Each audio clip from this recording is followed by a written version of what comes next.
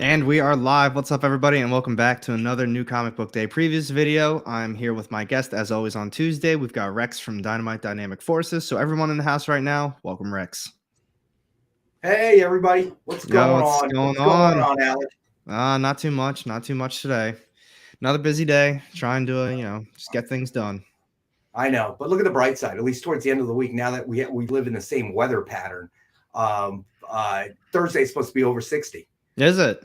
Yes. Man, so I'm looking forward to it because I'm getting older and now I understand why old people move to Florida. This weather's honestly been all over the place.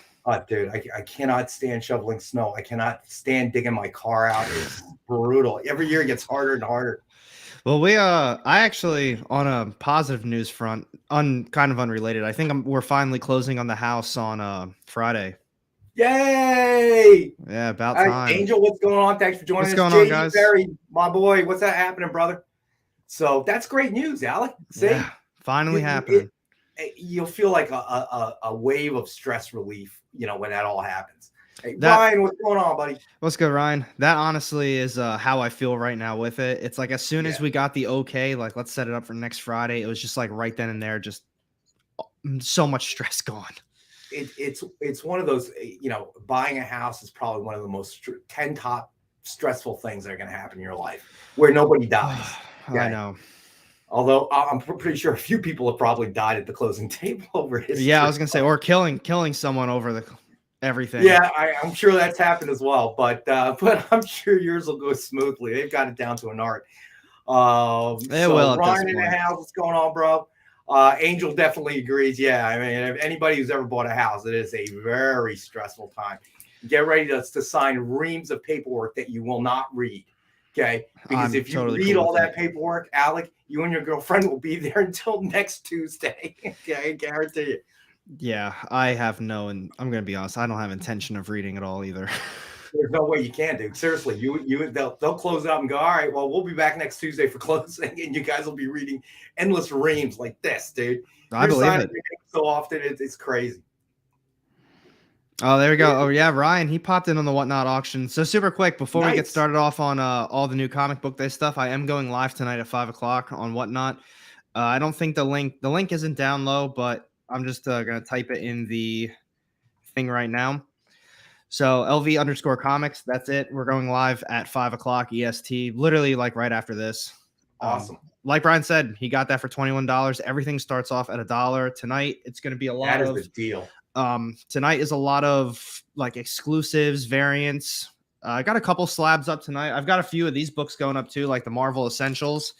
I've got 4 different ones this evening. I know Saturday is usually the bigger day where we do omnis and graphic novels and all that stuff, but I'm going to try to incorporate a little bit of everything for each auction just to, get a little variety and stuff. But yeah, tune in tonight. It's a lot of fun. Play good music, good conversations. And make sure to check out Alex's channel as well.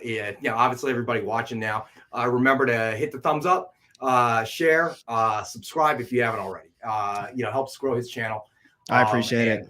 Yeah, and certainly great content on your channel, so on, as well. But beyond that, I'm very happy to hear the Whatnot auctions are going well for you. Oh, like other than that too, like with the channel stuff, like everyone has always like asked just, hey, are you going to put out more content? Like you're going to do more videos? Like why don't you do more than just the 2 weekly videos? And my thought was always, I don't want to just put out a video for the sake of putting out a video. I want to actually make something nice. But they've got these things called YouTube Shorts. And I'll tell you what, I've been having an absolute blast making them. It's literally like, I don't know, 15 seconds to a minute long content. And It's just a super quick thing. Like I think today I put one out for the top 5 books I'm looking forward to tomorrow. And I've been making them 1 or 2 every single day. And I mean, it's been so much fun. It's neat, kind of like a TikTok sort of. And honestly, it's basically YouTube's version of that. And it's a cool way to get out content and just, have a little, maybe you got an idea. Like, I don't know, the trailer dropped for Moon Knight and Doctor Strange on Super Bowl. And I put out a little one just to give a little bit of info about who Moon Knight is as a character.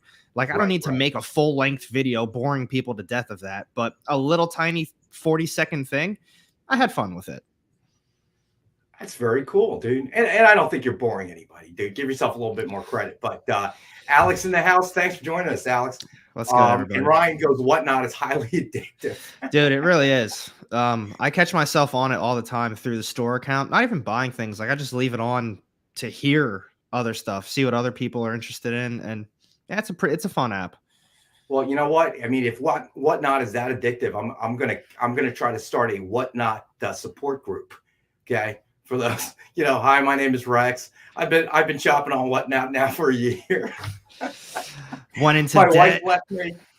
Yeah. My wife left me.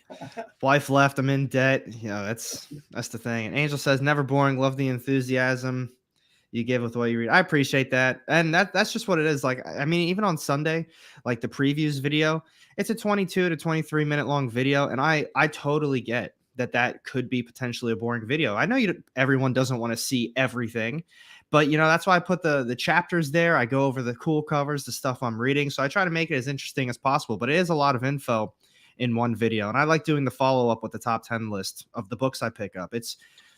I like doing it, but I understand it's not for everybody. Well, I think probably the one thing about your videos and the content is that, the one thing I really, really like about the streams that you put up is the one thing I got to say about Alec is you're going to get Alex an unvarnished opinion. Okay. He's going to tell you truthfully what he feels. And listen, if he discovers later on that he feels wrong about something, he'll be the first one to admit it. And I think that's the magic of the content that you drop is there's a kind of unquestioned honesty that we know that we're going to get from your stuff. So that's always great. Dave, what's going on, buddy? I just dropped in to hit the like. He's going back to work. Well, thanks, Dave. That's always cool. And Michael in the house. How you doing, Michael? Let's go, Michael. I appreciate that. And see, that's how the video started. It's insane. Like I started off with pretty much only Marvel and DC because that's what I read at the time. And then all of a sudden, people said, hey, you're forgetting about Image and Boom Studios. Okay, cool. So I included that into the videos. And then from there, it turned into, you've also got Dark Horse, IDW, Dynamite. Why don't you cover them? I guess I don't have a reason not to. And then it came into that. And then, as I started getting more into comics and more in depth with everything and finding out what I truly do like, it's like, wow. And there's all these other crazy publishers that I've literally never heard of that are putting out insanely good books. And now it's just, I try my best to cover every single thing possible and all the different variants. And I really like staying up to date on that. But like I said, I understand not everybody reads all those books and not everybody cares about all those books. But the chapter list down there allows you to click on what you want to read. You can click on what you want to see. It's like the previews list, but not really as boring. Or it's not boring, it's helpful. Awesome, man. I appreciate that. That means a lot. Yeah, that well put, Joffrey. Thank you, guys. Madman Paul, thanks for joining us. And look, you see, I told you. I mean, it's fun. If you're dropping content on something somebody might not read, they don't watch that video. Yeah. And thank you, Caleb. That too.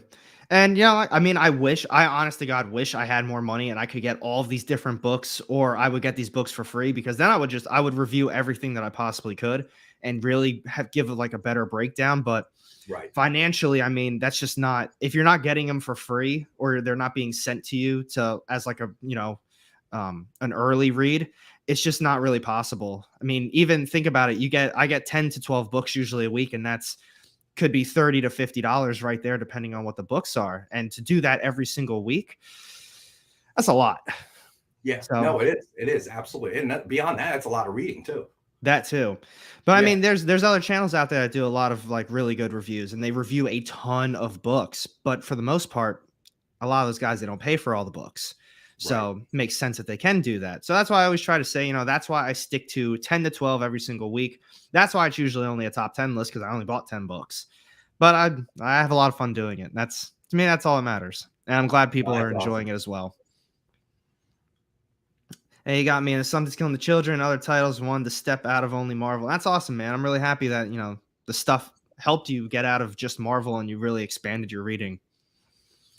But it's been 10 minutes. We've been talking about all of these different books and all this stuff. But the real thing is that tomorrow's New Comic Book Day. It is. So now we get to talk about all the good upcoming books, all the stuff we're looking forward to. And we're going to be kicking this one off with Dynamite. So, Rex, what we got tomorrow? Fill us We've in. got, let's see what we've got. All right, we've got Nick's number 4 is coming out tomorrow. And we've got, let's see, cover A is Rose Besh. And then, Love that Rose I'm a big Besh. fan favorite. Ken Hazer, he's doing a cover as well. Mel Ruby. Then we got Vampyverse number 6 coming out tomorrow. Tom Snagowski is and Jeannie Atchison writers. And let's see, we've got Musa Bekoff is cover A. Steven Segovia has done a cover for this one. And then James Bond Himeros number 5. Robbie's a big James Bond fan, as you know. And cover A is by Francesco Francavilla. And then the variant cover is by Butch Geis. And then we have Red Sonja, Black, White, and Red number 7. And four different covers. Cover A is Phil Hester, but cover D is Gracie, the cosplay lass, who John Cole, who's on shows with us. If you haven't watched our show on The Experience, which Alec always comes on Wednesdays, and Rock and Robbie joins us on Mondays. He knows, ironically enough, he knows Gracie, and one of Gracie's other talents, and this is how John knows her, is she's the one that bakes the killer cupcakes. So she is quite the baker, and she makes cakes like Cake Boss and stuff. John was telling me, so she's an interesting character. So that's everything that's coming out for Dynamite tomorrow, new comic book day. Looking forward to it, as I do every Wednesday. So if you haven't read it, any Dynamite titles, we do tomorrow night when Alec joins us for our 6 to 8 Eastern show on The Experience. We always have the Dynamite starter pack that's available for sale, and that starter pack is a great way to get started. It honestly is. Yeah, it's 10 random Dynamite titles for with a cover price of $3.99 or higher, so retail value of about $40 or more, depending on which random books you get. We sell them every show for $5 for as many as people want.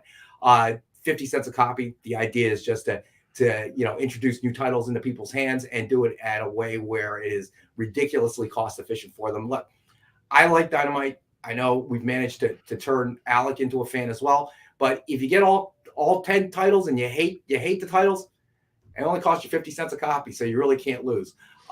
See, and that's the other thing. Dynamite has the hottest covers. Thank you. I mean, we really do try. That's true. Ryan says he's loving the Red Sonja series. Thank you. I'll let and the first 3 issues of James Bond, I'll let our editorial and production crew know. They love hearing that, and they love hearing when our viewers say that they like, Vampy or Red Sonja or whatever the case may be. Everybody, that's just human nature. Everybody likes to know what they're doing is reaching people and people are enjoying them. It is. I mean, I've started reading more stuff. I know. I mean, sadly, I missed out on a few books when I made the move, and then it wasn't on my pull list, so I wasn't able to get some of the books.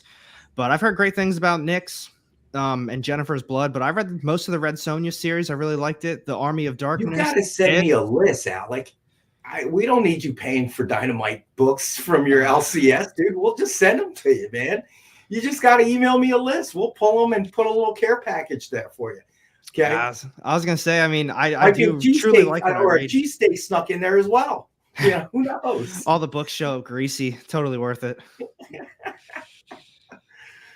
But you do really do have some good quality stuff. Evil Ernie was fantastic, and the covers are always crazy.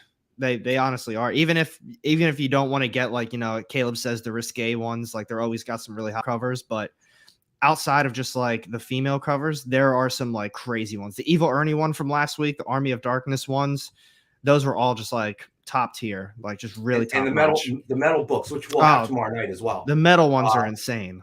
Yeah, real metal, not foil. It's not a foil cover. It's real aluminum composite.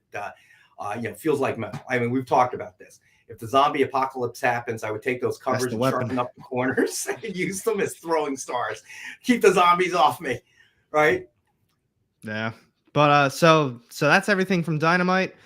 I'm gonna pull up the other screen, and now we're gonna do a little bit of Marvel action to get this started.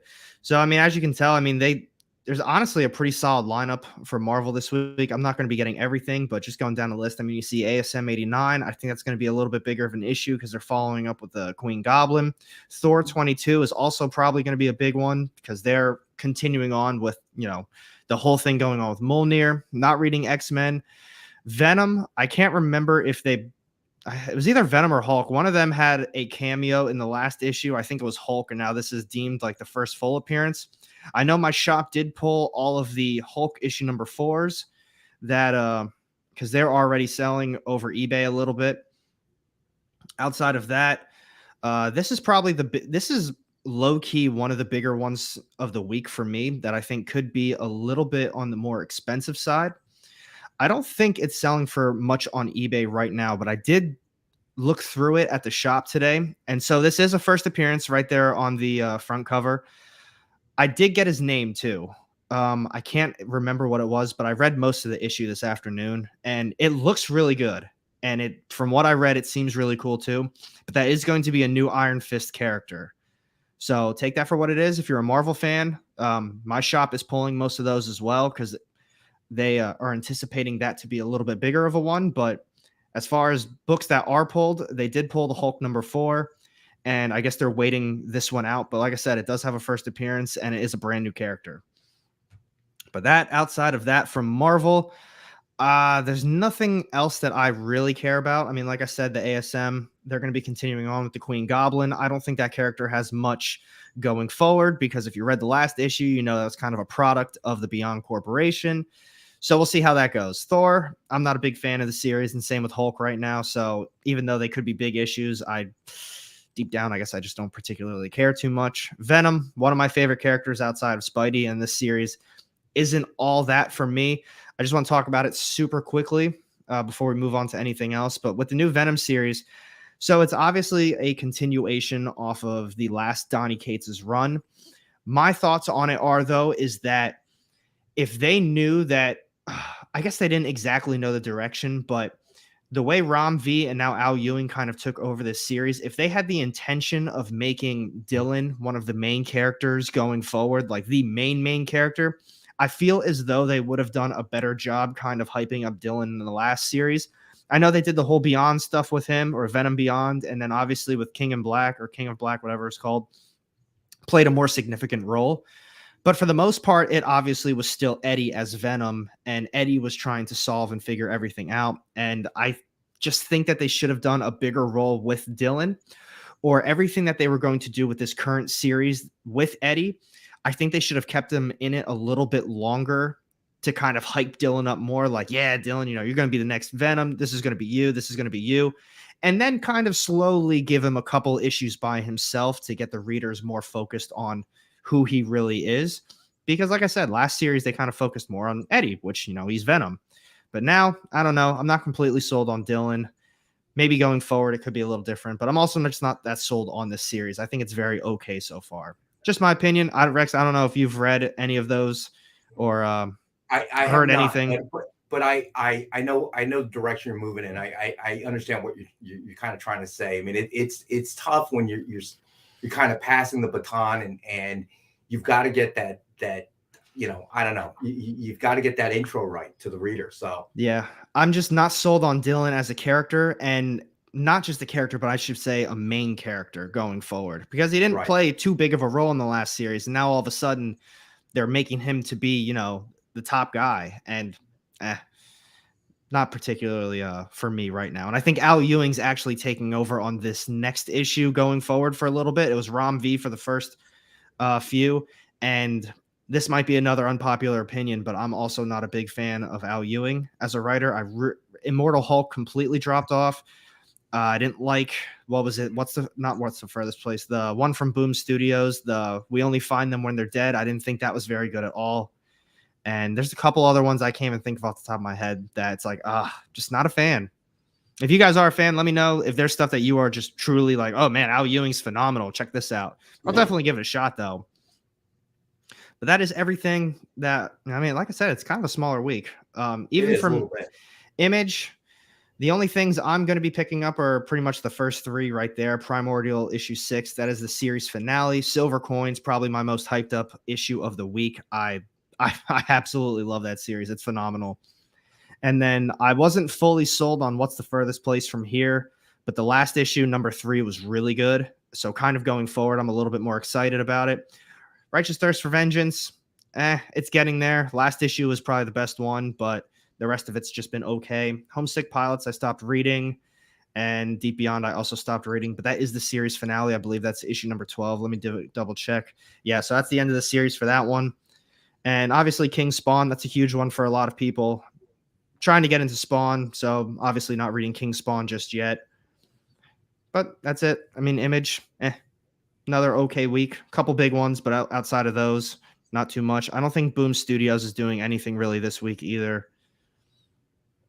I've got on my list regarding the Matter of Oswald's Body, and that's only because I forgot to take it off my pull list. That series has been extremely okay. Outside of that, I think AWA's got the big ones of the week for me. Crimson Cage 3, Knighted issue number 4. And they just, I don't know, everything that they put out, it really just, it's doing it for me. I love Knighted. I love Crimson Cage. I love Hotel. Pretty much if there's an AWA issue coming out, it's going to be a top choice for me. And Ace, I think Ace has a question for you there. Yeah, what do you think about Animal Farm 3? I read the first issue. I have the second one, and I didn't read it yet. Animal Farm, I don't think is on my pull list just yet, but Animal Farm is a phenomenal read from the first issue. Heard it got a lot better with the second one. I highly suggest it.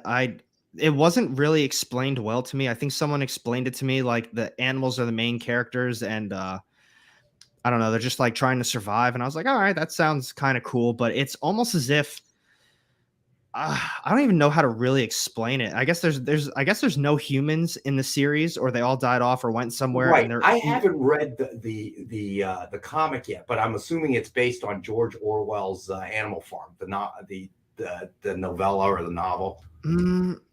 I can't because recall. everything you're describing to me is the novel. I remember reading that way back in the day. Right. Well, very long time ago. Animal Farm, the George Orwell novella or novel. I remember it was pretty short, compared to 1984. Ace says yes. Yeah. So really, George Orwell as a writer was using a farm as a description of you have Animal Castle up there. It's this one. Yeah, the Animal Farm, the novel, which I'm assuming this is based on, was George Orwell's attempt to talk about society as a whole. All right, so Dan C says yes, 100% on Animal Farm, except that the humans were viewed as, I believe, they never really enter into the realm of the novel, but they were the oppressors, and the content behind the novel is it's been a while since I read it. They have a revolution, they take over, and how their system of government on the farm, very similar to communism, began to develop, and things that began to go wrong. So that's why you don't have any humans in there. The humans were they got rid of them, during the quote unquote animal revolution. So it was just a vehicle. Yeah, so George Orwell used the animals in the farm as a vehicle to describe human society, and I think that's why it's kind of become a classic. And I think the time you read it was probably in school, because I remember it was required. Yeah, it was required reading in school. And Orwell, like Animal Farm, like 1984. I remember I really enjoyed it. I mean, there's a lot of stuff you were forced to read when you were in school, but that one was one that really captured my imagination, because it was a very unique way of conveying the viewpoint of society as a whole through the eyes of these animals, so I can imagine, I'll probably pick this one up, because I can imagine it being a really great comic, because it's based on a source material that was historic, really. Yeah, like I said, the first issue was fantastic. It was way above my expectations. I do have issue 2. I wasn't able to read it yet. I just have it kind of sitting here. I know I should just read it. And I don't think 3 is on my pull list, but if they have extra copies, I'm definitely going to get one tomorrow. And hopefully I'll be able to read 2. Maybe I'll read 2 tonight, and then if I can get 3, I'll be able to include that into my top 10 list on Thursday. But I truly do. So Joel says, oh, not that. But someone, it was Ace. What do you think about it? I truly do highly recommend it so far. Like I said, didn't read 2, but as of the first issue, it was phenomenal. and you've got Madman Paul saying, "I wish they did a comic version of 1984." That That is would be actually a awesome. very good point. That that novel has become What's good, bro? increasingly more prophetic, these days. And I remember reading that another George Orwell novel that I really enjoyed as well. It's man, he got the year wrong, but I got to tell you, man, a lot of things he predicted, became true. So I think that's a great source for what I imagine would be a very, very interesting comic book series. Did he write the Alien one Alien one as well? I can't remember what it was called. War of the Worlds, was that what it was called? No, I don't believe Orwell. Hold on, let me take a look there. That's a good question, actually. I don't think so. I think War of Oh the no, World. or H.G. Wells. That was H.G. Wells, yes. Yeah. And H.G. Wells probably his most, other than War of the Worlds, his most famous novel was, Madman Paul. Big Brother is always watching, right? Yeah. H.G. Wells was probably the Time Machine. That was a phenomenal book as well. It honestly was. That's the funniest part. So we got Big Brother's always watching, and you have the people out there like, man, I don't want the government knowing what I'm doing. Literally, these cell phones, that's it, man. Every single thing. Oh, turn on location. Yep. Location What's funny enabled. is everybody's so paranoid that the government's going to chip you or something. They don't need to. Yeah, You just pointed out. None of us go anywhere without this. Yeah. Okay? I mean, I can't. I used to know directions. I used to remember at least 30 phone numbers, in my head. Now I know mine and my daughter's, and that's it. Yeah. They don't need to chip us. We're chipping ourselves every single day. Okay, everybody knows exactly what we're looking at. You notice the ads on Facebook and everywhere else. I Google search something, and the next thing I get nothing but ads for that thing. Yep. That's how it goes, and that's yep. That's exactly how it is now. Love anything time related. Pavla, anything related to time travel. Me too, by the way. Let's thank Nikola Tesla, please. Yeah. The forgotten genius. I agree wholeheartedly. Yeah. Well, Pavla, I hope that's how you say your name. Since you do like time traveling stuff, I know we just got done with Image, but I'll throw it back up super quick for you. This series might interest you from Image Comics. I know obviously it's 10 issues deep, but it's called Time Before Time. I read the first 2 issues. It really wasn't that bad, but at the time I thought it was only a 5-issue miniseries, and I don't know if it was initially and they just made it into an ongoing, or I was just wrong, but I ended up dropping it. But this dude's job was to basically time travel, and I thought it was, I don't know, I thought it was a cool concept. The artwork was just okay, but like I said, if you're interested in time traveling stuff, this might be a series that interests you. But I mean, 10 issues deep, you definitely got to find some back issues. And Punch, all right, I got you, brother. Well, that makes our life a lot easier, Punch. Yeah. But as far as that goes, there's no, I don't think there's really too much other stuff coming out that I'm seriously interested in. Obviously, I'll bring up DC real quick. I don't anticipate on getting anything, but that's going to, I think, lead into our next discussion. So as far as this goes, Detective Comics is probably the only thing that really always interests me from DC. I don't pick it up just because that's just a new ongoing that, oh my God, I already have too many comics as it is. Bad news. Angel says he just grabbed the last issue of Animal Castle 2 from your LCS. Oh, did you? Yeah. But he's been trying to meet you, so maybe you can borrow it and read it if you guys run into each other at the store. Dude, that's funny though. I've been debating on grabbing it to throw it up on the Whatnot auctions, but I know they have a ton of issue 1 second prints that are going out. I think the CGC, and I've seen that second one sit there for a little while now. So I've been debating on grabbing it, and I just left it there. And I know exactly where it was. Now you don't have to debate anymore because it's not there. That's funny. That's real funny. I was gonna say because I know it's been sitting there for a while. Batman vs. Bigby, A Wolf in Gotham. I believe that is the series finale for that one. And Aquaman the Becoming is also a series finale. That one is going to lead into, let me double check for sure, but this Aquaman Becoming series. So it is the end of it, and it leads into the brand new Aquaman series. So prelude to the brand new Aquaman. And I think Aquaman 1 actually launches 2 weeks from now, February 22nd. So the brand new Aquaman series is coming out soon. If you want to get yourself caught up on that, Aquaman The Becoming is going to lead into that. And for all of you that are still watching, if you are a Detective Comics fan, what is the good jumping on point? I know someone said, was it like 47 or 46 maybe? So somewhere around there is the new jump on point for that, but I'm not 100% sure which one. The Supergirl series has been awesome. The art is incredible. That's what I've heard. And same thing with Batman. I've heard that Batman the Night is an incredible series as well. But since we're on the topic of DC, Rex wanted to bring something up, and it is very 47. Thank you. That goes for anyone else that was interested. If you wanted to read this new series, issue 47 is the one to do it. Thank you.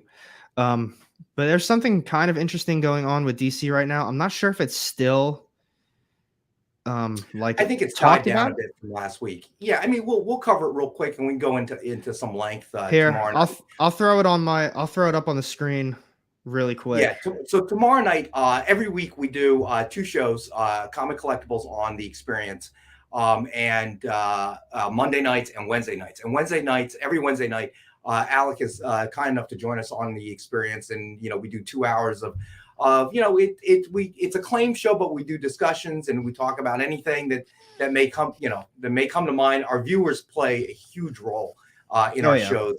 A lot of times the things we discuss, are suggestions that come from our viewers. So we always encourage everyone to join the chat. But if you have time tomorrow night, 6 to 8 Eastern time on the Experience, Alec will throw a link up.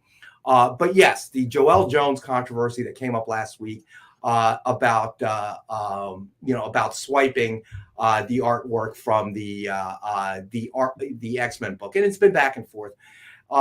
Whichever side you take. I mean, I think the key point here, and again, I know Alex got a show to do it at 5, but so we can pick this up again tomorrow. But that's all good. The key, I think the key is that this is a commonly accepted practice and has been for many, many years, and I think the reason I wanted to bring it up is not to bash on Joelle Jones or anybody else, is that it has been a commonly accepted technique to because comic art is unique. All right. It's unique in the sense that they have these deadlines that they face every single week of every single month, and sometimes they get caught behind it, and they'll take shortcuts to meet their deadlines. And it's not something new. And some of the criticism against Joelle has been the fact that it was a very popular issue and it was fairly recent, as in just a few months ago. And I guess, I've kind of come out in support of Joelle in the sense that it probably wasn't the smartest thing to do to take a very popular issue and also one that's only, a few months old. That's probably not the best tech, whatever you want to call it, the best path to take. But ultimately, if it's okay if she took something that was 6 years old, but it's not okay that she took something that's a few months old, what's the difference? Mm-hmm. I mean, again, comic book art is very unique in the sense that you're doing art, you're being creative with a deadline chasing you. I doubt Picasso looked at things that way. Van Gogh, they spent years and years and years sometimes on a certain piece. So I'm sympathetic, I guess, and the fact that it's not something new. The only thing really new is that guy in Finland or wherever, put together that little GIF showing how similar it was. Well, if the internet didn't exist and we didn't have social media the way it exists today, obviously changing society, would it still be a problem? I guess ultimately that becomes the question I have. But it's a deeper discussion than that. It definitely is. And I wanted to bring it up in kind of defense of Joelle Jones, and that this is unique. You try, anybody out there try being creative in a short period of time on a deadline. That's not exactly how creativity works. Somebody can churn out a book in terms of literature in a year. Some guy might take 10 years. Mhm. It's a different speed of creativity, but in the comic book world, you're forcing all these creators into a very, very tight timeline, and not everybody's creative juices, if you will, flows that way, I guess. No, I agree. And I think so. Without you bringing it up even last week, I wouldn't have even known that this was happening. I'm not too up to date on a lot of DC stuff, but the reason I got a little bit more interested in it is because this was actually one of the series that I was reading from DC. I actually thought it was a good series. This Wonder Girl series. At least I think that's the one they're. I think that's the one that they're talking about, right? Yes, The Wonder that Girl. is correct. Yeah. Yeah, for the Wonder Woman book, Wonder Girl, and I thought it was good. And then out of nowhere, it just kept getting delayed. And now I didn't really think twice about it because there was a lot of delays across the board. DC wasn't having that many delays though compared to some of the indie publishers. So it just seemed a little weird to me. But then it was like the same issue kept constantly getting delayed, and then all of a sudden you heard the news that it just abruptly got canceled. So that, to me, I'm seeing, this story comes out, the issues kept getting delayed, and then it got abruptly canceled. I'm thinking without someone else making that point, I think they may have realized that same thing. So they just canceled it before it turned into something a little bit bigger. Probably. I mean, it seems now that obviously she was behind, and now obviously with this controversy coming up, they've made a business decision, which is a shame. Which is really a shame. A business decision just ended early, Yeah. and extricate themselves from what they perceive as a potential mess. Again, I'm always going to bet, side with the creators. This opens up a huge can of worms in a lot of different ways. But again, that we could be on here for the next 3 hours talking and debating this. But definitely join us tomorrow night on the Experience from 6 to 8. We'll have 2 hours. We'll have slab CGC comics. Usually they're 9.6 or 9.8s. Signed books from great creators, hard to find creators when you talk about the signatures, especially because of the pandemic. Some new really cool variant Dynamite titles along with the metal covers we talked about earlier in the show. Oh yeah. And we'll probably explore this topic a little bit further. But I found that most comic fans, their reaction has been in support of creators and of Joelle Jones, in particular. So, and I think that's a good thing. And Ryan makes a good point as well. I agree. I think so. But with that being said, we are coming up on the 40-minute mark.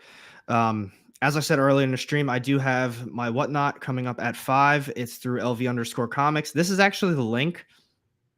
If you want to open that link, if you haven't already made an account, if you make an account, you basically get $10 in credit to spend. So if you buy something under $10, you might only have to put like $1 to it if, adding shipping to it, but it's a good deal. It's a nice incentive to try and join. So if you're interested, that's the link for that. I don't think I have it down low in the description, but down low in the description is all the links to the Experience, Dynamite, Dynamic Forces. Everything's in there. Everything that gets you basically caught up on everything with them. And as Rex said earlier, 6 o'clock tomorrow, EST on the Experience. I'll be on there with them. He just gave the rundown of all the good stuff, but he's not even going in depth to this stuff. When he says these signatures, man, we had Alex Ross last week. You had a Ramita one, I think, a while ago too. Didn't you have a Stan Lee one? I don't think we've done Stanley yet, but we have done John Romita Sr. We're going to try to mix it up a little bit. I know one of our viewers has requested Punisher, and we're a little light on Punisher, but I'm pretty sure we have a John Romita Sr. signed Punisher, so I might pull that for tomorrow night for our viewer.